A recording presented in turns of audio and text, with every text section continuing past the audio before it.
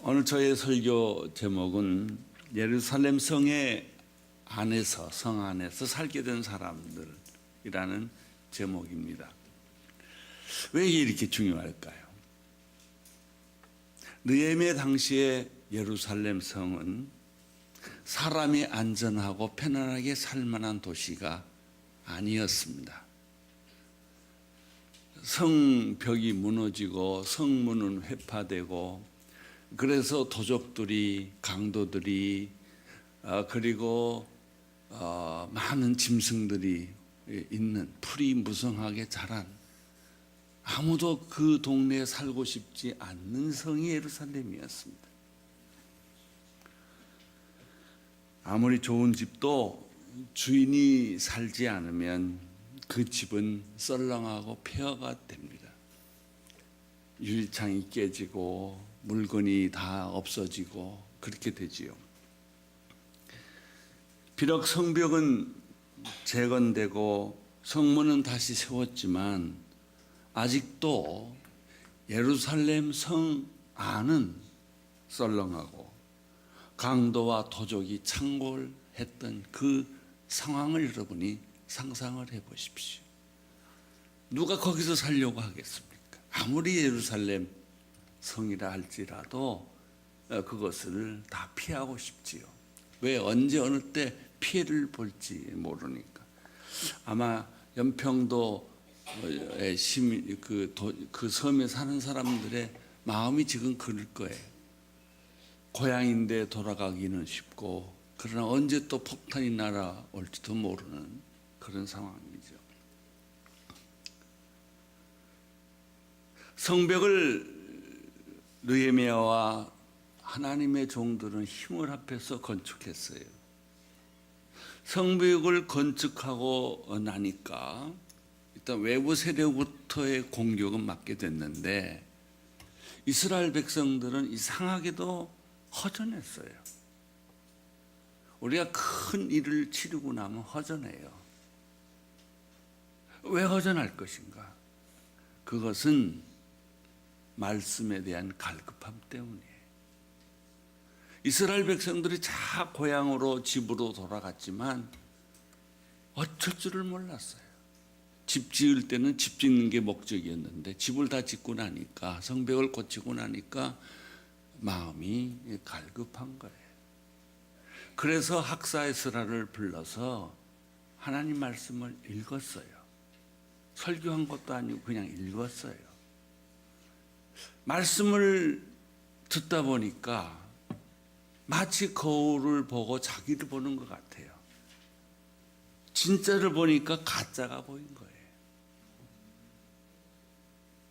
그래서 이스라엘 백성들은 말씀을 듣는 순간에 내가 잘못 살아왔구나, 내가 변명하면서 살아왔구나, 내가 위선적으로 살아왔구나, 이런 생각을 하게 됐습니다. 그 생각을 하는 순간에 이 사람들은 마음에 찔림을 받고 하나님의 말씀 앞에서 엉엉 울었어요. 그것이 좀 더 깊어져서 금식을 했어요. 통곡을 했어요. 이것이 이스라엘 사람들의 형편입니다. 그 결과 그들은 진짜 말씀을 듣고 가짜로 살아왔던 내가 뭘 잘못했는지 생각만 하는 게 아니라 조목조목 적기 시작을 했어요. 그리고 서명했어요. 그리고 사인했어요. 이것이 느헤미야 10장까지의 이야기입니다.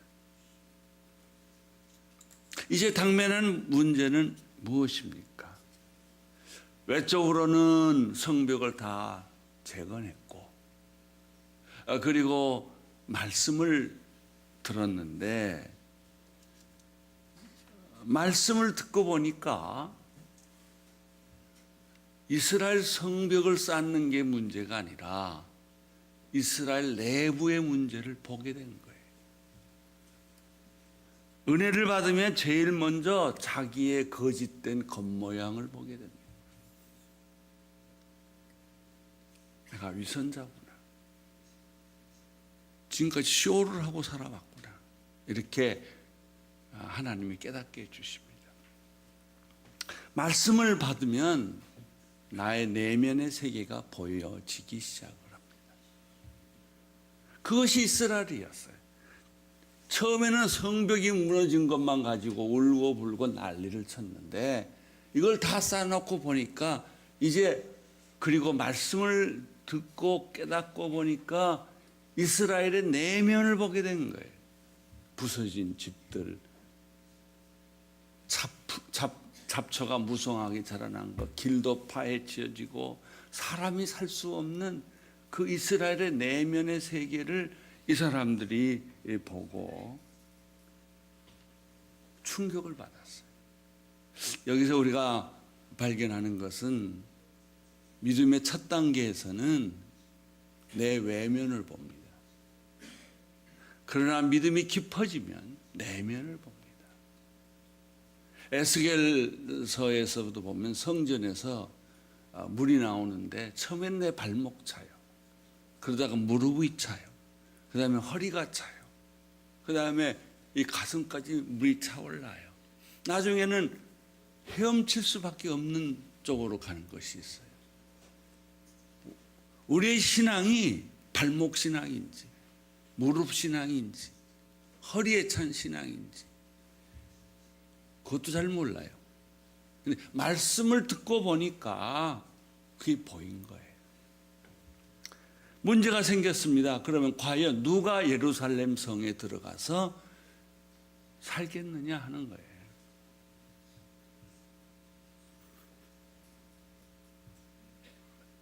느헤미야 11장 1절을 보십시오. 같이 읽겠습니다. 시작. 백성들의 지도자들은 예루살렘에 살게 되었습니다. 나머지 백성들에 대해서는 제비를 뽑아 10분의 1은 거룩한 성 예루살렘에 살게 했고 나머지 10분의 9는 각자의 자기 성읍에서 살게 했습니다. 이 성 안에 들어가서 차풀이 있고 집을 고쳐야 되고 여우들이 오고 쥐가 들락날락하는 이런 곳, 제일 그런 곳을 내가 먼저 들어가야 되겠다고 한 사람들이 백성의 지도자들이었다는 것입니다. 지도자가 모범을 보이면 백성들은 기쁘게 따라갑니다. 지도자가 희생을 하면은 따르는 자도 희생을 합니다.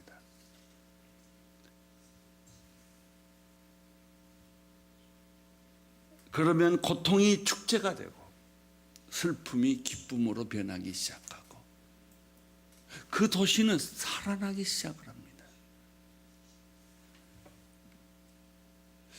이번에 연평도 사건을 보면서 우리 대통령께서 이런 말을 했죠. 최고의 안보는 국민이다. 국민이 한 마음이 되는 것이다.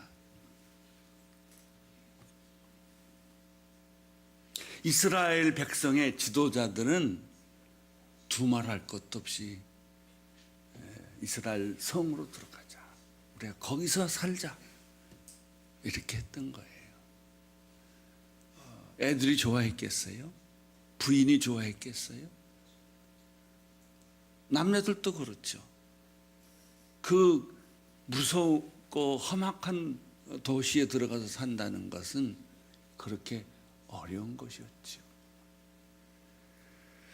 둘째 재미있는 것이 나와요. 제비 뽑아 10분의 1을 성 안에 집어넣었다는 것입니다.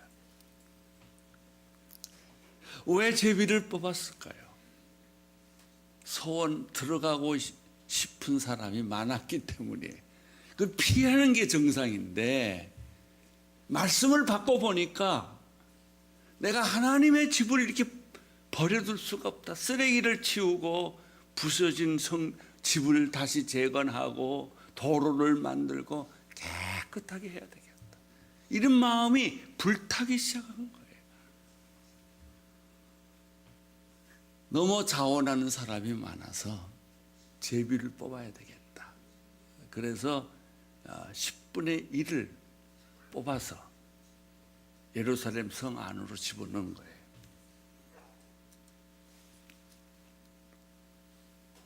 제비 뽑는 것은 하나님의 선택입니다. 제비 뽑기란 하나님이 나를 선택했다는 확신입니다.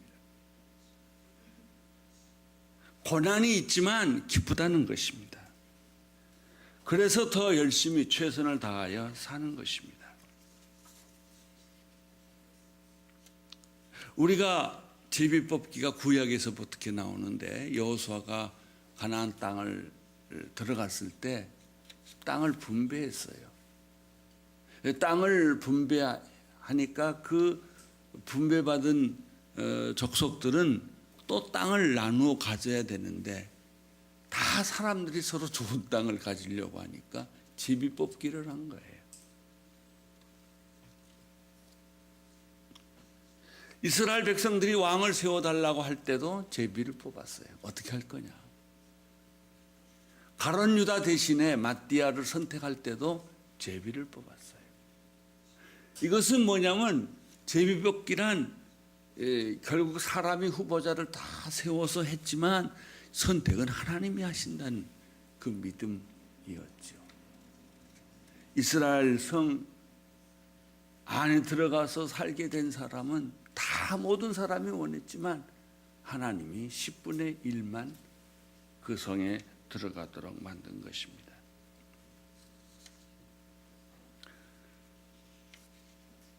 여러분, 이 사람들은 어떻게 살았을까요? 고난이, 고통이 무섭지 않았을 거예요. 밤이 무섭지 않았을 거예요.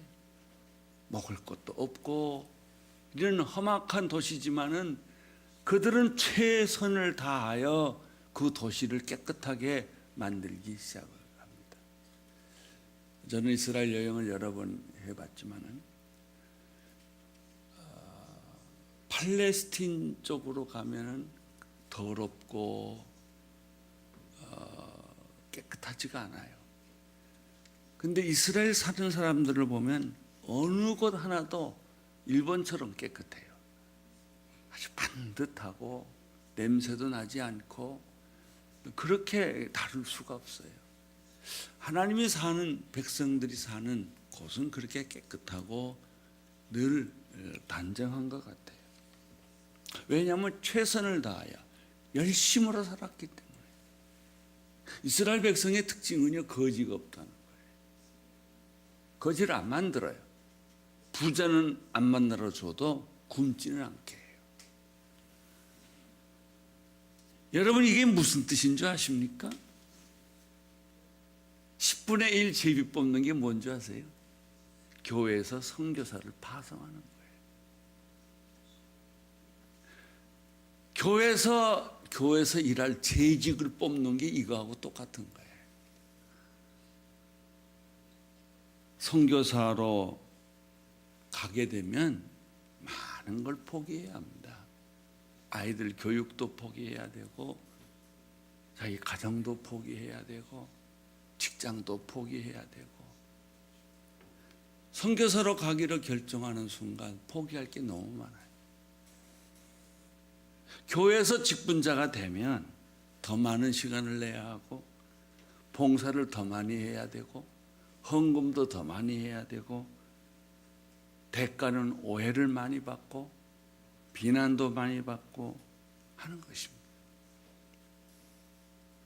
그래도 교회가 선교사를 파송하고 직분자를 만드는 것은 왜 그렇습니까?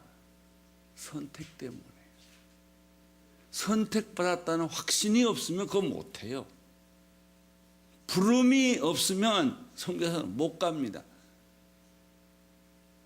여러분, 교회 일도 부름이 없으면 교회 일이 지치고, 교회 일이 짜증이 나고,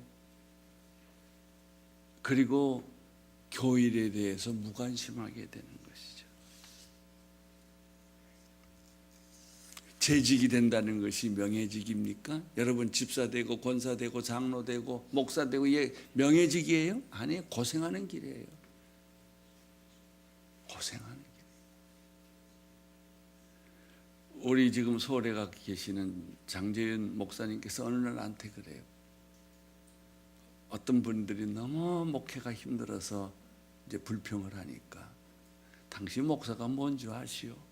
밟히는 거요.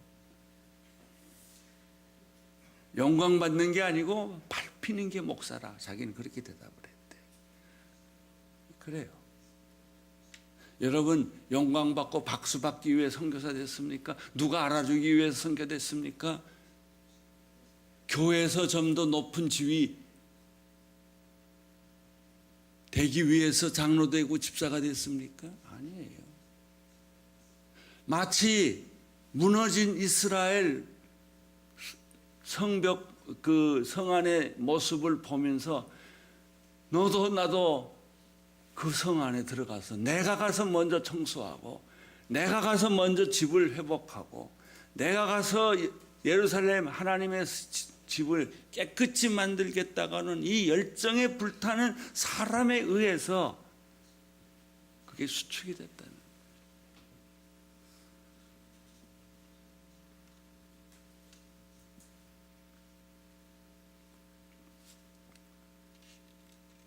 선교사님들이 왜 모든 걸 다 포기하고 선교지로 갔을까요? 돈도 없고 누가 돈 보내주는 사람도 없고 알아주는 사람도 없고. 그 사람들은 복음을 한 번도 들어보지 못한 미전도 종족을 본 거예요. 내가 가지 않으면 저 사람들 죽게 됐구나. 마치 허드슨 테일러가 중국에서 떠나려고 했을 때 하나님이 열을 몹시 열을 많이 강리 같은 그 열을 내게 해서 거의 쓰러졌는데 그때 본 환상이 수많은 중국의 영혼들이 지옥으로 떨어지는 걸 본 거예요. 내가 가지 않으면 누가 가겠느냐. 그래서 자진해서 먼저 내가 저기를 내가 가겠다. 저 산골을 저 광야를 내가 가겠다 라고 자원한 거예요. 그 사람들은 영적 내면의 세계를 본 거예요. 여행 가는 거 아니에요. 소풍 가는 거 아니에요. 고난이 있는 줄 알면서도 비난이 있는 줄 알면서도 가족의 반대를 받으면서도 그들은 떠났던 것이죠. 세 번째 그룹은 제비 뽑히지 않는 10분의 9예요. 우리는 장로 선거해가지고 안 되면 1년 동안 화가 나요. 왜 내가 떨어졌나? 왜 교회는 그렇게 상처를 많이 받을까요? 교회를 사람들이 오는 걸 보면 상처받으려고 와요.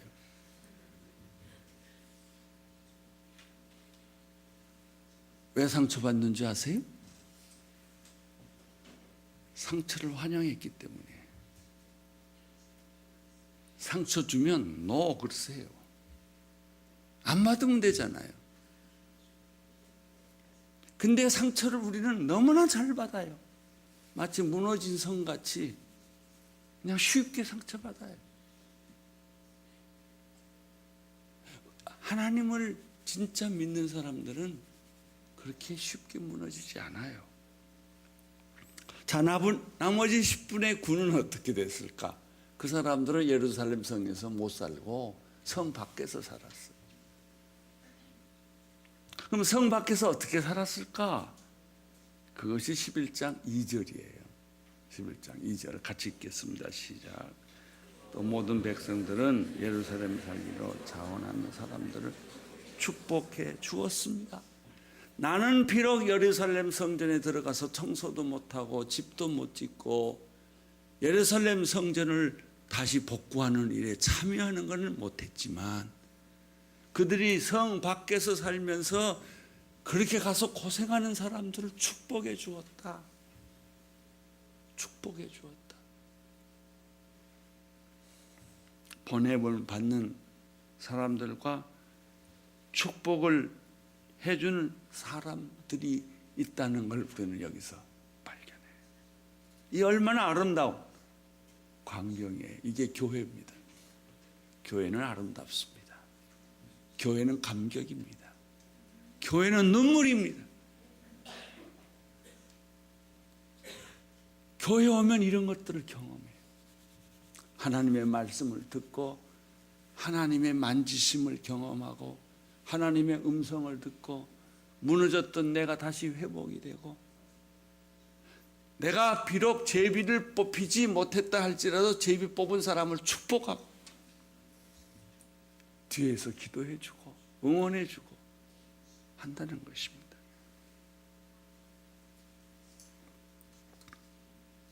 느헤미야 7장 뒤로 돌아가서 4절에 가보면 이런 말씀이 있습니다. 그 성은 크고 넓은데 성 안에 사는 사람들은 얼마 없고 제대로 지은 집들은 아직 얼마 없었습니다. 이렇게 됐죠. 그러니까 느헤미야 당시에 예루살렘 성 안은 형편이 없었다는 거예요. 누구든지 깨끗한 도시를 가고 싶지 않겠습니까? 누구든지 안전한 도시를 가고 싶지 않겠습니까? 근데 이 사람들은 하나님의 성벽만 중요한 게 아니라 성전과 그 도시가 중요하다는 걸 알고 서로 자원해서 거기 가서 사는 거예요. 저는 영국에서 이런 걸 한번 봤어요. 영국이 교회가 점점 줄어드는데 조금씩 성장하는 그룹이 있었어요. 그것은 홈처치예요. 셀 그룹들이에요. 그 사람들 중에 이런 얘기를 제가 들었어요. 어떤 한 사람 10그룹은 10명 정도가 팀이 돼서 한 아파트로 이사를 몽땅 가요. 그래가지고 기도하기 시작해요. 그리고 동네를 청소하기 시작해요. 아픈 사람 도와주기 시작해요. 병든 사람 도와주기 시작해요. 그러니까 사람들이 그걸 보고 감동을 받기 시작해요.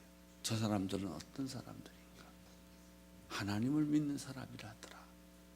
그래서 사람들이 하나 둘씩 모여서 그 타운을 복음화시키고 그것이 끝나면 이번에는 저 아파트 쪽으로 가자.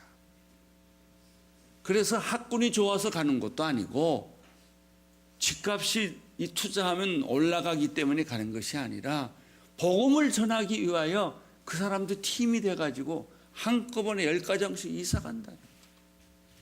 혼자 하면 힘드니까.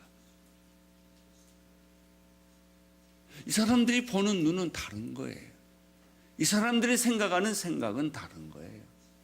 어떻게 하면은 내가 선교사로 가지는 못하지만 내 주변의 도시를 변화시킬 수 있을 것인가? 내가 시간 남은 가서 전도하고 집으로 돌아오는 것이 아니라 집 자체를 이사를 가는 거예요. 이건 세상에서 볼 수 없는 일들이죠. 헌신이죠. 순종이죠. 천국의 기쁨을 아는 사람만이 그걸 할 수 있는 거죠. 하나님의 말씀에 회개한 사람만이 그 세계를 볼 수 있는 거예요.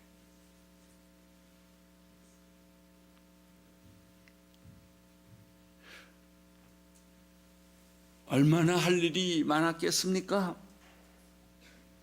폐허된 도시, 자풀이 무성한 도시, 습격당한 도시, 남아 있는 것이라고는 아무것도 없는 도시, 사람도 없는 도시, 그들이 가서 그 도시를 살려놓는 거예요. 죽어 있는 도시. 이 세상을 전부는 아니지만 곧 역사의 끝이 오지만 그래도 우리가 사는 세상을 깨끗하고 행복하고 아름다운 도시로 만드는 거예요. 예수 믿고 구원받게 만드는 것이라는 것이죠. 느헤미야 11장에는 이렇게 예루살렘 성 안에 들어가서 또는 성 밖에서 사는 사람들의 명단이 나옵니다. 느헤미야의 특징은 명단을 그렇게 잘 써요. 그 명단에 여러분의 이름도 들어가기를 바랍니다. 느헤미야 11장 3절에서 9절은 지도자들의 이름이 나옵니다. 10절에서 14절은 레위 자손의 이름이 나옵니다. 19절에서 24절은 성 문지기의 명단이 나옵니다. 그리고 25절에서 36절은 성 밖에 살게 된 사람들의 이름이 나옵니다. 성 안에서 살든 성 밖에서 살든 그걸 하나님이 구분하는 게 아니라 다 하나님 나라 일에 참여했다, 이렇게 생각하시는 거예요. 성벽은 이미 세워졌고 성 안에 도로를 다시 건설하고 건물도 다시 지은 거예요. 얼마나 생활이 고단했겠습니까? 여기서 우리는 하나님의 백성들의 열정, 헌신을 보게 되는 것입니다. 그것이 교회입니다. 여러분, 우리는 교회에서 중요하지 않는 주제 가지고 너무 심각하게 싸워요. 오해했다는 거, 그래서 뭐 법원에 제소를 하고 뭐 누가 옳으냐 이렇게 싸워요. 그거는 내가 싸우는 것보다 가만보다 이건 그냥 쓰레기통에 던져도 될 아무 중요하지 않는 얘기 가지고 너무 심각하게 싸우더라는 거예요. 그리고 중요한 얘기는 가지고 말을 안 해요.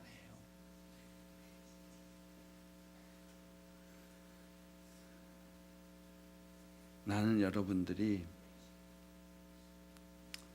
이렇게 기쁘게 자원한 사람들, 하나님께로부터 선택받은 사람들, 영적 지도자들이 되기를 바랍니다. 그래서 가지 않을 곳에 가고 살 수 없는 곳이라 할지라도 내 인생을 그저 단기 선교사로 갔다 오는 것이 아니라 내 인생을 그 민족과 함께, 그 백성들과 함께 나를 던지는 그런 계기가 되기를 축원합니다. 할렐루야. 우리 하나님께 감사의 박수.